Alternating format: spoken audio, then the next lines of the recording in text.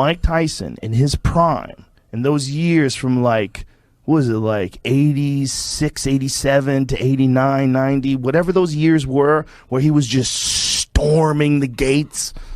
I put that Mike Tyson up against anybody who ever lived. That guy was a special fighter. Beast. He was just a juggernaut. Just, you couldn't stop him. He was a different guy. It's like a different model of fighter than we had ever seen in the heavyweight division before. A fucking destroyer, man, where every fight was an execution. I mean, just ferocious, destructive, accurate. Everything is perfect. Tough times create strong men. Strong men create easy times. Easy times create weak men. Weak men create tough times. He said to me, many will not understand, but you have to raise warriors. Pieces. I was so driven, and I'm not going to say motivated because motivation's crap. Motivation comes and goes. When you're driven, whatever's in front of you will get destroyed. Your brain is the most powerful weapon in the world. Once you put away your phones and your computers and all that we have nowadays, yeah, it's great. We're up to date. But your brain is the only thing you have when you're going through depression. Getting up at 4 o'clock in the morning every day before anybody else and grounding my thought process is in the no one will outwork me. No one. I love and I respect you guys. Won't outwork me. All starts with this. 2 hands, putting it to work. My dad always said too that regardless of what you do in life and where you go, respect is going to be given when it's earned, and you have to go out and earn it every single day. If you want to be great, you want to be the best ever at what you do, you could be misunderstood by everybody because you're going to be so obsessed and so driven to get there. That's what it takes. Do you have a bodyguard? Do you have? No. You don't? I got one bodyguard. He has no eyes, though he sees. He has no ears, though he hears. He remembers everything with the aid of mind and memory. When he wishes to create a thing, he just orders it to be, and it comes into existence. But this order is not conveyed in words, which takes a tongue to formulate, or which sound carries ears. He hears the secrets of those under quiet thoughts. That's God. If you make the 2 things, talent with work hard, you can be a huge player. This is not over. If we have to take this outside with him, it's all outside. We don't give a. He said that he believes that one of the kicks that he checked is what broke your leg. There was no check. There was not one of them I checked. Your wife is in me DMs. Hey, baby, hit me back on my chat later on. God is great. Is it that simple? God is great. Don't get no simpler than that, bro. Did you know that? I mean, everybody knows that, but the way you know it now, did you know it before that incident took place? You've been banging 10 rounds. What made you think of the people like that? Because without the people, us as entertainers, us as athletes, us as TV hosts, we wouldn't be who we are without them. I just appreciate the fans. If you got 16, you're in 5, and you're tired, you're dying, you gotta even take take a little bit more rest time, take 1 more minute and go. Because that's when you start improving. That's when. Of all the fights, you've had 50. Yes. Who would you say was your toughest opponent of all time? One of them that really made you have to work? Well, out of my career, I just want to say none of them was really tough. None was really tough. I mean, you got guys that punch hard and hit hard, and you got guys that come out and win a few rounds. But nothing really was tough or hard. Best 3 players of all time. Best 3 players of all time? Yeah. Michael Jordan. Wow. Michael Jordan. Wow, this is tough. Michael Jordan. Dr. J. Larry Bird. Can I get 4? Sure. All right, Magic. LeBron, when you take a shower, do you wash your legs? Do you wash Your legs is the question. Do I wash my legs? At this point in my life, I have gotten to the point where I wash my legs. When I was a little young lad, I used to just let the soap just do what it do. Wherever it falls from the top of my head all the way down there, whatever, so be it. But yes, I'm washing my legs now. Can I give you a hug? Spoke for the first time. You didn't have a car. You didn't have a pot to piss in. All you had were blueberries. Now here you are with the undisputed gold. Enjoy it, my friend. You deserve it. You called it. Yeah, from nothing to something to everything. Kobe interview popped into my mind. Kobe used to say he liked a little hate sometimes. When he's on the road, it kind of motivated him. How do you feel about that when you're at an away game? No, absolutely. I mean, you just said it. So to feel that adversity, to feel that tension is what brings out the best in us. Your whole motivation, besides trying to win the game, obviously, is to shutting up the opposing fans and opposing crowd and making them go home and get no sleep because of you. You had a recent interview, didn't you? Taken a little bit out of context, saying that you're going to retire next year. I think it's very clear for you that you're not retiring just yet. You'll be around for a while. Can we just ask you to make sure you retire at the same time as Leo? 2 years younger than me, I think. Keep going. No? But I think I look good for my age. I'm still... So I hope to be here next year and in 2 years, in 3 years. So the people who don't like me, they're going to see me here. And I said, listen, by the time I'm 25 years old, I'm going to be a self-made millionaire. And he laughed at me. How old are you? I'm 24 now, so...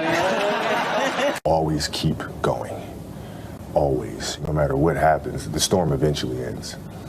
And when the storm does end, you want to make sure that you're ready.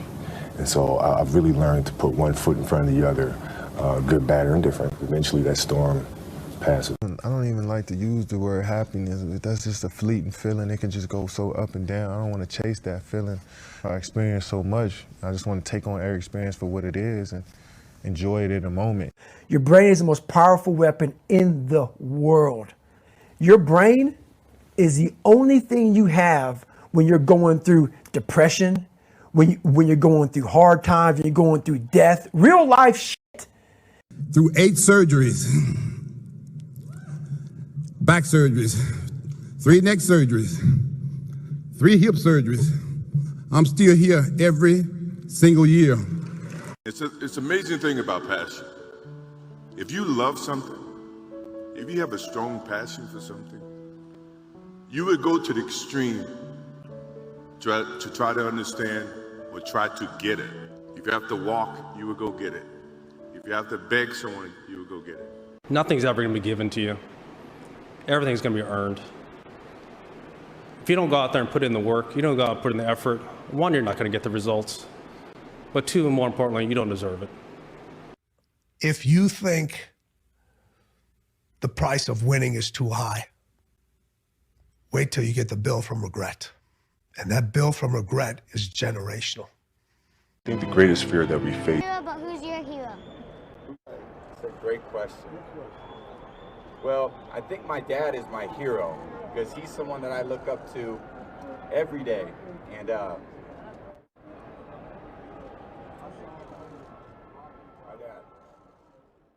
2 years ago, and I had the goal in my head that I'm going to be the best player in the league. Yeah. I'm going to do whatever it takes to help my team win, and I'm going to win the MVP.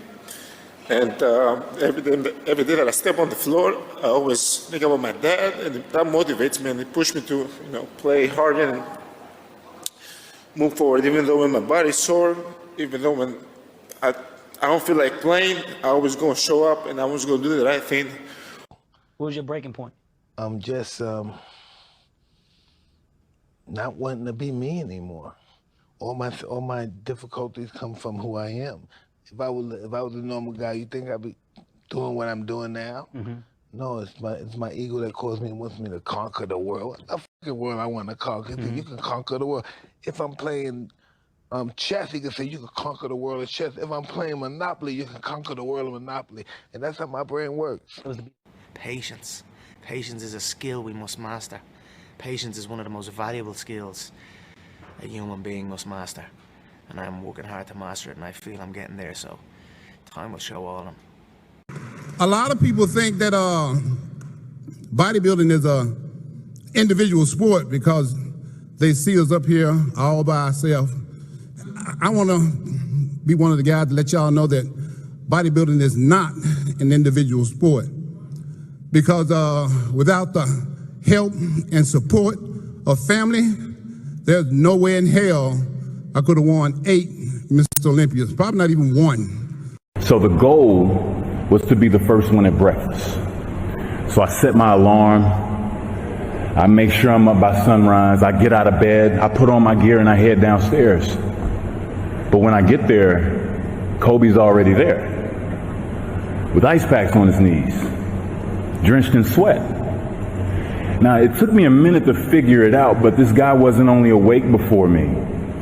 He had already worked out. That taught me something I've never forgotten. Legends aren't defined by their successes. They're defined by how they bounce back from their failures. When does a new day start? It starts at midnight. Is it dark outside at midnight? Yes. So if a new day and a new beginning starts in the dark every day, that's when your new beginnings start. I'm not negotiating with myself. Yeah. The deal was already made. The deal was made. When I set out at the beginning of the summer and said, this is the training plan I'm doing, I signed that contract with myself.